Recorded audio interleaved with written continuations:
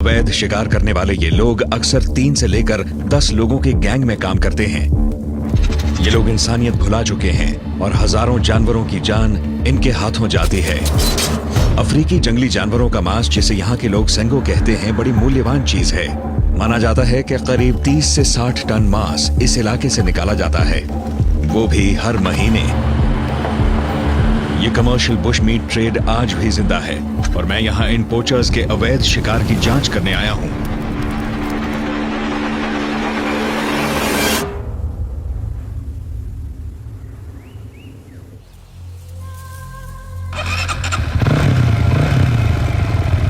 पिछले कुछ हफ्तों से मैं अवैध शिकारियों के एक दल का पीछा कर रहा हूं। मैं ज़ैम्बेज़ी डेल्टा सफारीज के एंटी पोचिंग मैनेजर क्रेग विंट के साथ मिलकर काम करने वाला हूं। क्रेग की टीम यहां काम कर रही है और उन्होंने मुझे यहां कुछ दिखाने के लिए बुलाया है। 15 लाख एकड़ के इस इलाके में दूर दराज इलाकों में गाड़ी के सहारे जाना मुमकिन नहीं। कच्ची सड़कों पर शिकारियों का पीछा करने के लिए ये टीम ऑफ रोड बाइक्स का इस्तेमाल करती है, जिनसे इन पगडंडियों की भूल भुलैया में जाना आसान हो जाता है।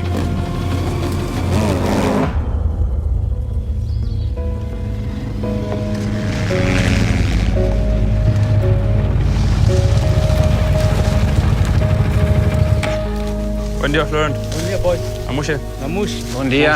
Ini wana boni lalap. वरिंडो, जो क्रेग के एक टीम लीडर हैं, कहते हैं कि इन्हें पास ही में हैरत अंगेज चीज मिली है।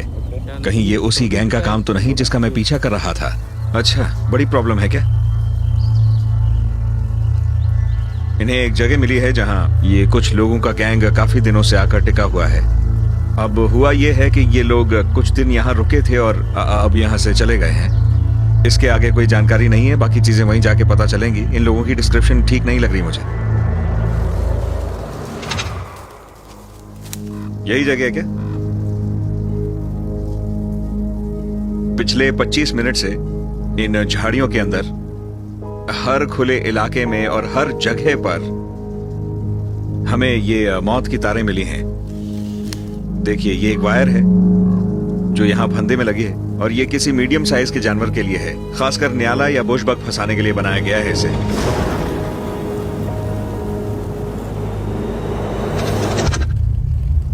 तो जानवर यहाँ पर आता है, उसकी गर्दन में ये वायर फंस जाती है, वो उछलता है तो ये तार कसती चली जाती है।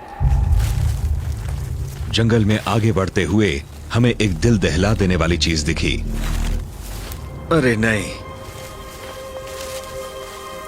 इस जानवर को मरे हुए ज्यादा वक्त नहीं हुआ है। हम लोग कुछ देर पहले यहाँ पहुंच जाते तो शायद इसे बचा लेते। ये एक खूबसूरत मादा न्याला है, यूं ही इसकी जान चली गई। कम से कम ये तड़पी नहीं होगी। इसके छटपटाने से ये तार इसकी गर्दन में फंसती चली गई। गर्दन से थोड़ा बहुत खून निकला, इसकी जीभ बाहर आ गई है। इसकी मौत फौरन हो गई होगी। मैं अब समझा कि क्रेग ने मुझे यहाँ क्यों बुलाया है। एक कंजर्वेशनिस्ट के नजरिए से यह बेहद दुखद नजारा है, मगर एक इन्वेस्टिगेटर के नजरिए से हमें कुछ बेहद अहम सुराग मिल गए हैं। हम जंगल से निकलकर एक खुले मैदान में आए हैं। टीम कहती है कि मैं हर कदम फूंक फूंक कर धीरे धीरे संभल कर चलूं। इस गैंग ने एक फेंस बनाई है ताकि ज्यादा से ज्यादा जानवरों को पकड़ा जा सके। इसके नतीजे हैरान कर देने वाले हैं। पूरे अफ्रीका में पोचर्स 2 तरह के ट्रैप्स इस्तेमाल करते हैं। तार से बना जाल सबसे आम है। जानवर जितना तड़पता है ये कसता चला जाता है और गला घुट जाने से उसकी मौत हो जाती है। ये वायर कुछ नई लग रही है। वायर का बार बार इस्तेमाल करने से उसका जो हाल होता है ये वैसी नहीं है, और ये एक सुराग है कि उन्हें बार बार ट्रैप्स बदलने नहीं पड़ते।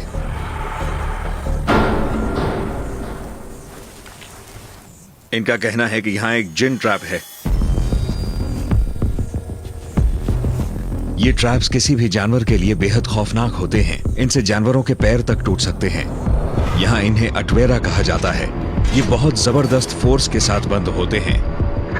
जब भी कोई जानवर इन पर पैर रखता है, इन ट्रैप्स के जबड़े बंद होकर उसे फंसा लेते हैं। इस ट्रैप को लगाने के बाद इसे अच्छे से छिपाया जाता है, जिसकी वजह से इसे देख पाना बहुत मुश्किल होता है और ये यहाँ मासूम जानवरों का इंतजार करता है। इस मैदान में 3 से 4 महीने पहले पोचर्स यहाँ पर आए थे और इस मैदान की सारी घास जलाई थी। अब यहाँ पर ताजी हरी घास आ गई है, जिस वजह से सारे जानवर यहाँ लौटने लगे हैं और 6 या 7 प्रजाति के जानवर यहाँ घास चरने आते होंगे। शाम को जानवर चरने निकलते होंगे और उन्हें यहाँ पर स्नेर मिलते होंगे या ऐसे ट्रैप।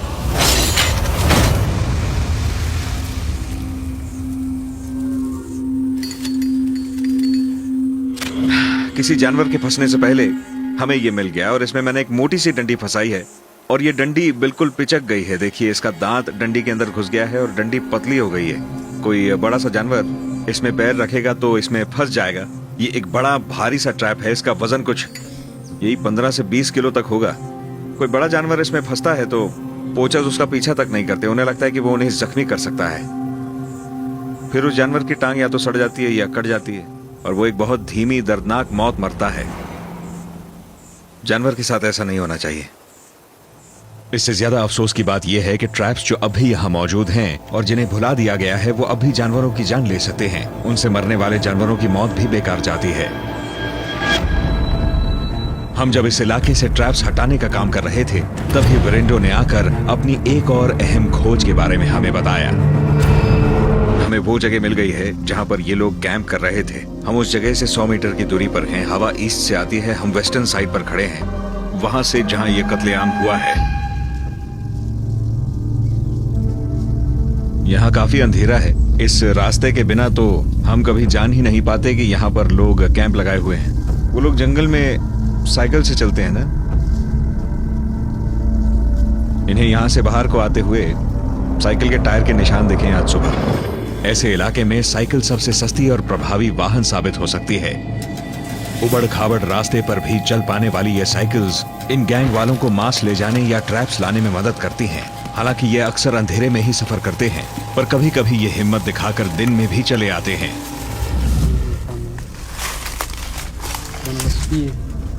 ये मुझे कह रहे हैं कि इन्हें यहाँ पर काफी कुछ मिला है। मैं भी एक नजर इस कैंप को देखना चाहूंगा ताकि कोई सुराग छूट ना जाए। किसी भी क्राइम सीन की तरह छोटे से छोटा सुराग भी जरूरी होता है, वो भी जिन्हें आसानी से नजरअंदाज किया जा सकता है।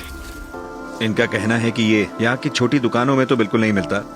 इसे जरूर शहर की किसी बड़ी दुकान में खरीदा गया होगा, मगर एक शहर उत्तर की तरफ है और एक शहर दक्षिण में।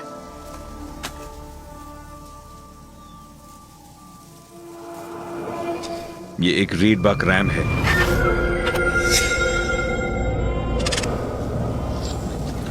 देखिए, इस जगह को साफ किया है उन्होंने। ये लोग ऐसा इसलिए करते हैं ताकि जब ये लोग कैंप छोड़ के जाएं तो वापस आने पर अगर इनके कैंप को ढूंढ लिया गया है तो यहां किसी और के पैरों के निशान होंगे। बुशबक है। खोपड़ी संभाल के रखिए। ये एक बुशबक रैम है। ये कैंप काफी समय से इस्तेमाल किया जा रहा है। ये इस तरह की चीजें नए कैंपों में तो नहीं मिलती हैं। कैंप का साइज और एज बताते हैं कि ये शिकारी भूख के मारे शिकार नहीं कर रहे हैं। ये लोग कमर्शियल पोचर्स हैं जो मांस बेचकर पैसा कमाते हैं और ये बड़ी मात्रा में जानवर मार रहे हैं। इलाके में पोचर्स के होने के सबसे बड़े इंडिकेटर्स दरअसल वल्चर्स होते हैं। तो कभी कभी वल्चर्स को दूर रखने के लिए वो क्या करते हैं कि पूरा का पूरा जानवर उठा लाते हैं। देखिए, यहाँ पर हमें कुछ पोल्स मिले हैं जिनकी मदद से वो जानवरों को उठाकर लाए होंगे। यहाँ 2 पैर यहाँ बांधे, 2 पैर पीछे और उठा के कंधे पे रख लिया। वो सिर्फ उतने जानवर का मांस ले जाते हैं जितना कि वो अपने साथ शहर ले जा पाते हैं। उनके जाल बिछे रहते हैं और कुछ दिन बाद वापस लौटते हैं, मगर तब तक उनके जाल में फंसे ज्यादातर जानवर सड़ चुके होते हैं। एक बहुत भारी भाला है यहाँ। इन लोगों की हिम्मत बढ़ती जा रही है। ये लोग यहाँ काफी समय से हैं। इन खोपड़ियों को देखकर लगता है कि ये लोग कुछ महीनों से यहाँ पर होंगे। ये सींग का बना है। ये छोर जो है, ये सींग के गड्ढे दिख रहे हैं ना। ये लोग क्या करते हैं कि अगर कोई जानवर जाल में फंसा हो तो वो लोग इसे उठाकर बस उस जानवर का कत्ल कर देते हैं। आप देख सकते हैं कि ये कितना भारी है, किसी ब्रूमस्टिक जितना बड़ा है। इंसानियत मर चुकी है। ये भाला काम को जल्दी अंजाम देने के लिए बनाया गया है।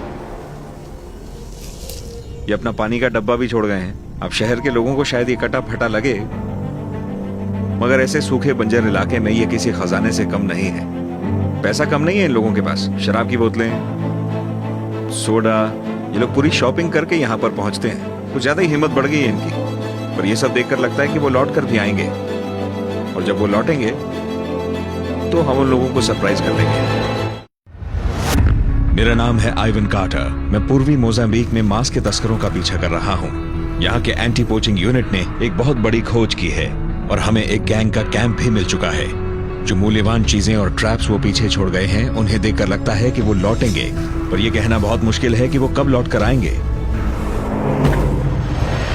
हम लोग यहाँ से निकलने से पहले बहुत सावधानी से अपने पैरों के निशान मिटा देंगे।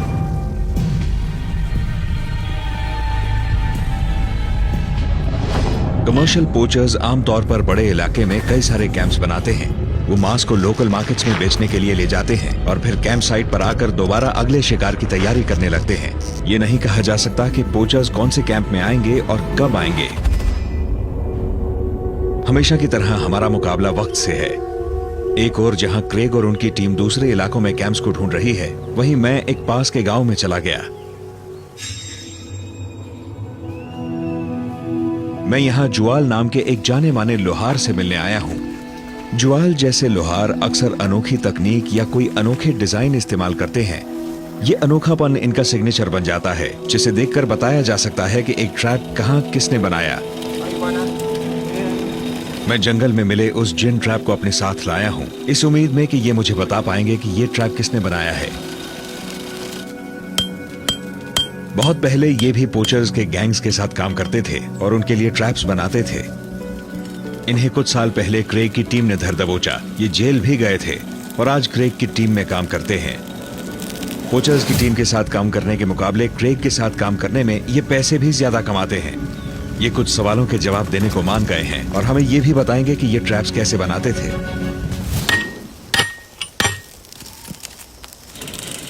तो आप ट्रैप को देखकर बता सकते हैं कि वो ट्रैप किसने बनाया है? ये कहते हैं कि दूसरों के बनाए ट्रैप्स को पहचान नहीं पाते हैं, मगर इतना कह सकते हैं कि ये वाला इन्होंने नहीं बनाया है।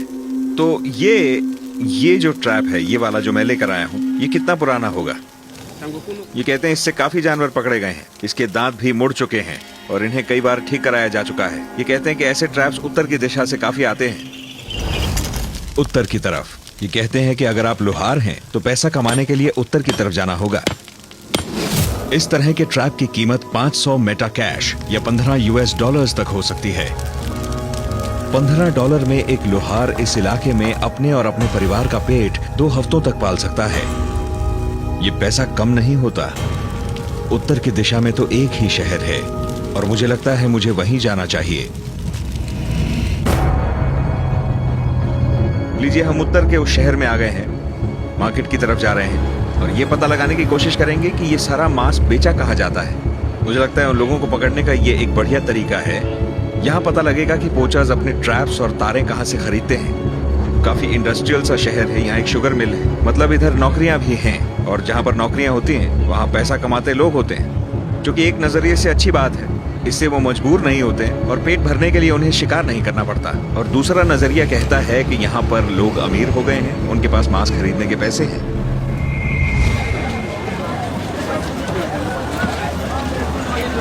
यह करीब 300 किलोमीटर के दायरे में सबसे बड़ा शहर है। हजारों लोग हर रोज यहाँ के मार्केट में आते हैं, यानी कि अवैध शिकारी ना चाहते हुए भी मांस बेचने यहीं आते होंगे। अगर मांस उत्तर की तरफ लाया जा रहा है तो पूरी संभावना है कि वो यहीं बेचा जाता होगा। हो सकता है हम पोचर्स को न पकड़ पाएं, लेकिन अगर ये पक्का हो गया कि मांस यहाँ मिल रहा है तो कम से कम हम ये जान जाएंगे कि वो गैंग कैंप से लेकर यहाँ तक कौन से रास्ते से आता है। मुझे बताया गया है कि मार्केट के आखिर में एक आदमी है जो मीट बेचता है। मांस की दुकान से शायद हमें अपने सवालों के जवाब मिल जाएं।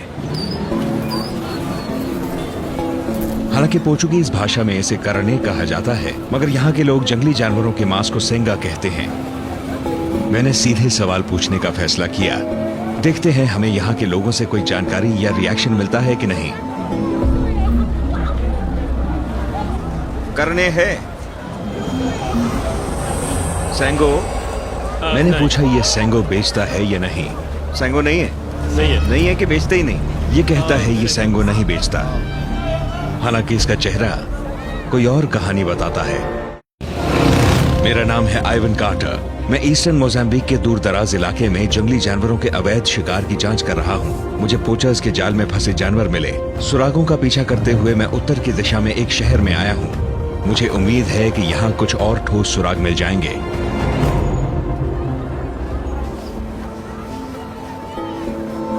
करने सैंगो। नहीं, यहाँ नहीं है। ये कहता है कि ये सैंगो नहीं बेचता है। आपको चाहिए क्या? ये कितने का है? मुझे लगता है ये झूठ बोल रहा है। परदेसी होने के नाते ये लोग मुझे कुछ भी बताने से डर रहे होंगे। मेरे हर सवाल का जवाब न में मिल रहा है। मैं अगली दुकान पर चला गया।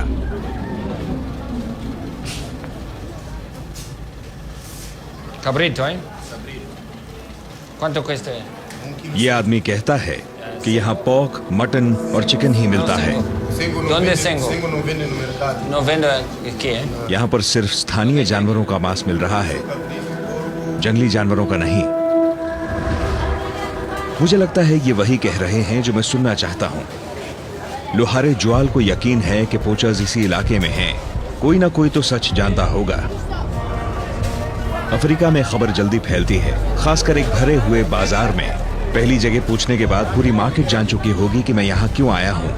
शायद मैं सवाल करता रहूं तो उम्मीद है कि यह खबर किसी मदद करने वाले तक पहुँच जाए। मुझे सैंगो कहाँ मिलेगा? Sengo. नहीं है। मुझे यकीन है कि जंगली जानवरों का मांस यहाँ बेचा जाता है, बस मुझे ही नहीं मिल रहा है। लगता है यहाँ मदद नहीं मिलेगी। Buen día. No vende aquí, ¿eh? Sí, ¿Dónde vende la Sengo? Sengo. Sengo, Oco.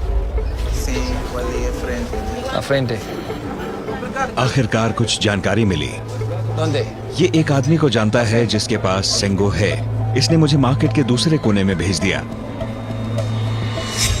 हम वहां तक पहुंचे भी नहीं थे कि एक आदमी हमें ढूंढता हुआ आया और वो मुझे मुख्य सड़क के पीछे एक गली के अंदर ले गया।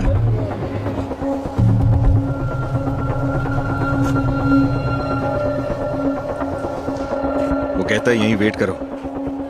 ये तो मार्केट से कुछ थोड़ी सी ही दूरी पर है, 70 मीटर के आसपास होगा। ये कहता है इसके पास बुश मीट है। बहुत कम लोग हैं यहाँ, मुझे घूर रहे हैं।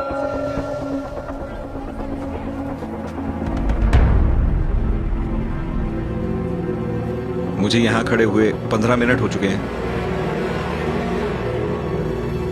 अब कोई हमारी तरफ चल के आ रहा है।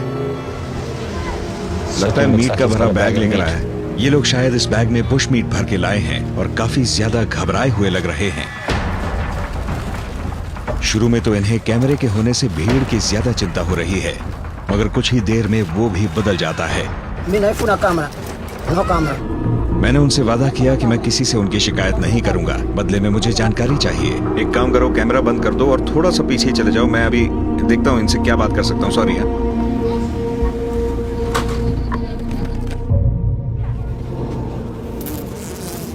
जब इन्हें पता चला मैं बुश मीट ढूंढ रहा हूँ तो इन्हें लगा मैं इसकी मुंह मांगी कीमत दूंगा, जबकि मैं इसके सप्लायर की तलाश में हूँ। ये कहते हैं जिस आदमी ने इन्हें मीट बेचा वो और मीट लेकर आएगा। हमने जो देखा वो तो बस थोड़ा सा ही मीट था। इस आदमी को ये मीट का कंसाइनमेंट कुछ 2.5 दिन पहले मिला और जंगल में जो कैंप मिला था वहां से भी वो गैंग 2.5 दिन पहले ही निकला था। ये कहता है कि इन्हें कुछ ऑर्डर मिले हैं, पता नहीं इसका क्या मतलब है, और इसने बताया कि उस ऑर्डर की जो डिलीवरी है वो 8 दिन में की जाएगी। इसका मतलब पोचर्स जंगल में और मीट की तलाश में जरूर जाएंगे। हमें उन्हें पकड़ने का इससे अच्छा मौका नहीं मिलेगा। यहाँ से जाने से पहले मुझे एक और जगह देखनी है, यहाँ की एक हार्डवेयर की दुकान। मैं देखना चाहता हूँ ये किस तरह की तारें बेचते हैं। मुझे देखना है कि ये जंगल में लगे जाल से मेल खाती हैं या नहीं। इस साइज का हार्डवेयर स्टोर बड़े शहरों में छोटी बात हो सकता है, मगर यहाँ इसका होना बड़ी बात है। आसपास सैकड़ों किलोमीटर दूर तक यही सबसे बड़ा हार्डवेयर स्टोर होगा।